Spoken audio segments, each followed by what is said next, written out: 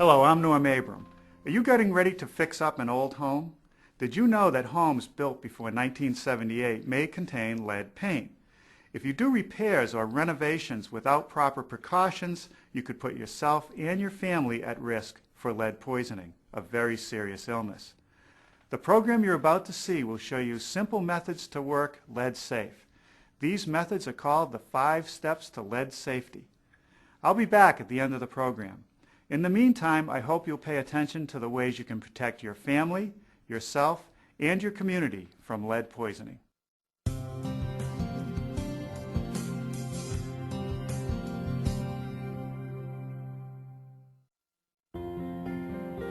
If you're watching this program, you're probably thinking about fixing up a house. Maybe you're painting a room for a new baby or repairing a door that sticks. You may be doing the work yourself, or you may be hiring a contractor. This program explains how to handle small repairs or renovations safely. If you're doing major repairs or renovations that may create a lot of dust, jobs like replacing windows, consider taking a training course in lead-safe work practices or hiring a contractor who has taken this training.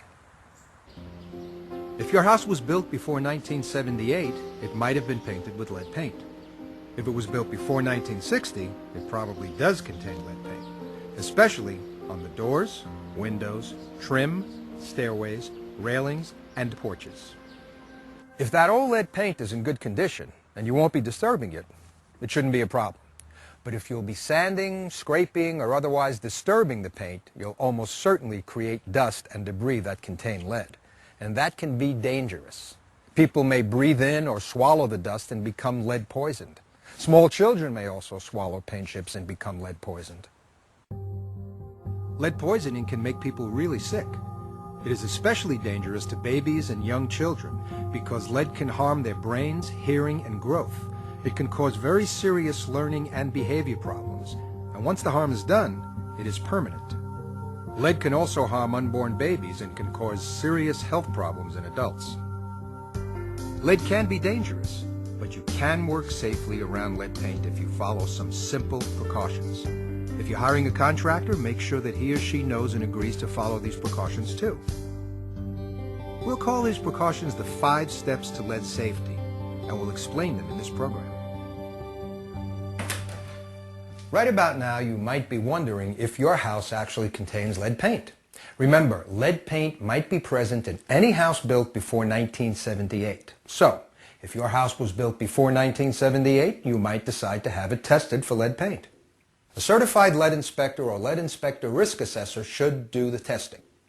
Although you can have just the work area tested, it's usually better to have the entire house inspected and tested. Then you will know how to handle future paint and renovation projects. But if testing isn't possible or practical, use this safety principle. If your house was built before 1978, assume that lead paint is present and follow the 5 steps to lead safety. The first step to working lead safe is to protect your family, your neighbors, any tenants you might have, and yourself.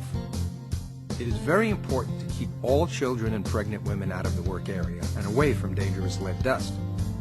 In fact, keep everyone who is not doing the work out of the area. Because lead is especially dangerous to unborn babies, pregnant women should not do any work around lead paint. Keep pets away from the area too. Not only can pets get poisoned, but they can also track lead dust all over the house, creating a danger for your family. Tell your tenants where and when the work will take place. Ask them to stay away from the work area and explain why. Put up a sign and a barrier, such as yellow tape, to remind your tenants to stay away from the work area. Make sure that the sign is in English and, if necessary, in their own language. If you're working outside, close to another home, ask your neighbors to close their windows and doors. Explain that doing so will help protect them from lead poisoning.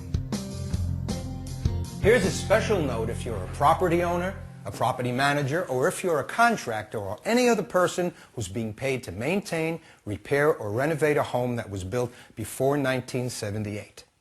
A federal law requires you to give to owners and occupants a booklet called Protect Your Family from Lead in Your Home before you start this work. Ask them to sign a receipt for the booklet. Explain the type of work and where and when it will be done. And if the owners or occupants don't speak or read English, check the website of the Environmental Protection Agency for a version of the booklet in their own language. This brings us to the second step to working lead safe, preparing the work area. It's usually a good idea to work on one room at a time. After you've made sure that everyone except for the workers is out of the work area, you'll need to protect the belongings. For a small project, move furniture, rugs, curtains, clothing, toys, foods, and other movable items away from the work area. For example, if you're going to paint a window, take down the curtains and push the furniture away from the window. For a larger project, such as painting a room, you can move everything out of the room or move everything to the center of the room. You need enough protected work area for you, your tools, and any surfaces that you are working on. As you prepare to work, put all of the equipment and supplies in the room where you'll be working.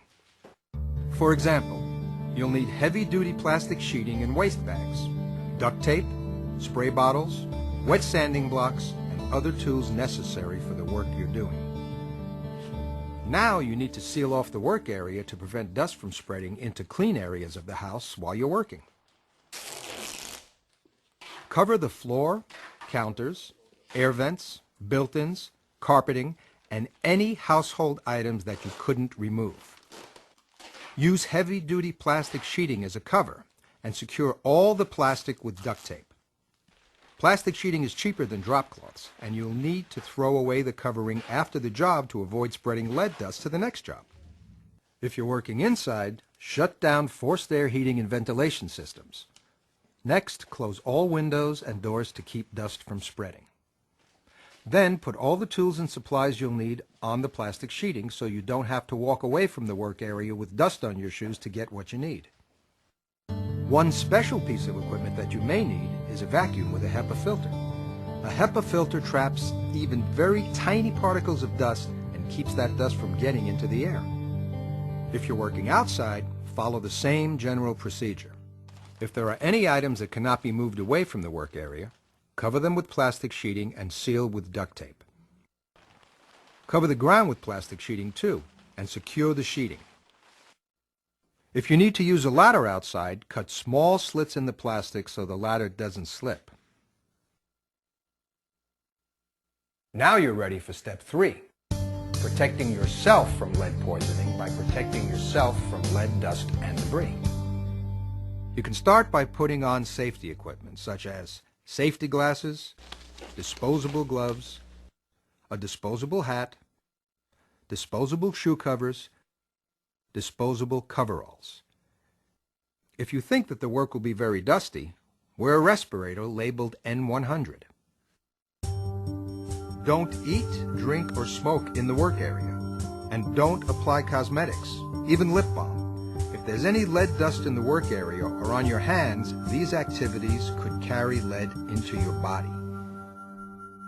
As you begin work, remember these two themes: work wet and work clean.